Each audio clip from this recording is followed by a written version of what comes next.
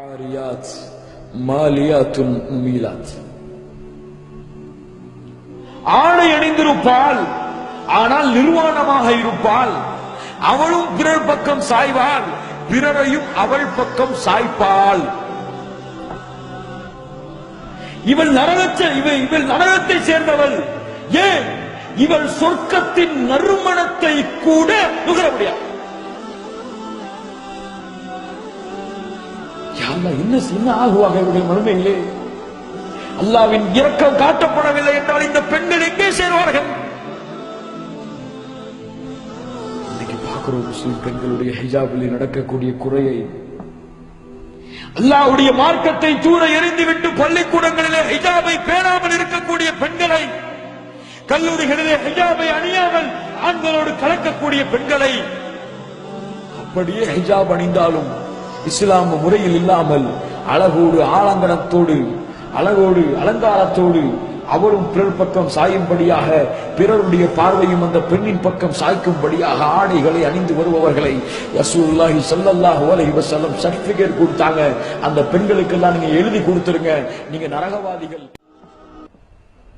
தன் மனைவிக்கு ஒருவன் அனுமதிக்கிறான், தன் பிள்ளைகளுக்கு ஒருவன் அனுமதிக்கிறான், தன் சகோதரனுக்கு இந்த ஆடையை ஒருவன் அனுமதிக்கிறான்.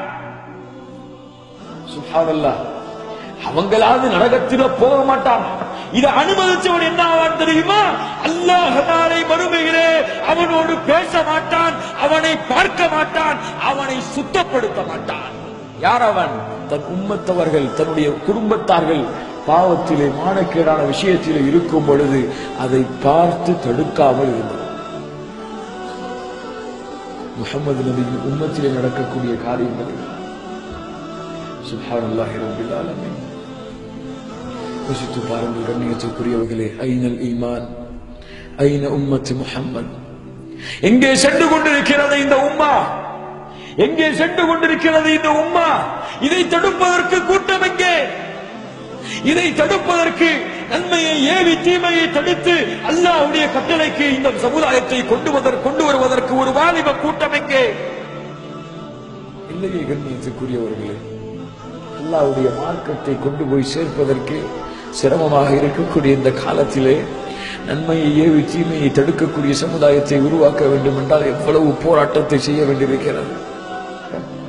அப்படி ஒரு சமுதாயம் உருவாகாத வரை இந்த பாவங்கள், குற்றங்கள், நபி கூறிய முன்னறிவிப்புகளை இந்த சமுதாயத்திலிருந்து தூய்மைப்படுத்த கூடக்கூடிய, நன்மையை ஏவி தீமையை தடுக்கக்கூடிய கூட்டம் வராத வரை அல்லாஹ்வுடைய லஅனத் அந்த சமுதாயத்தில் இருக்கும்.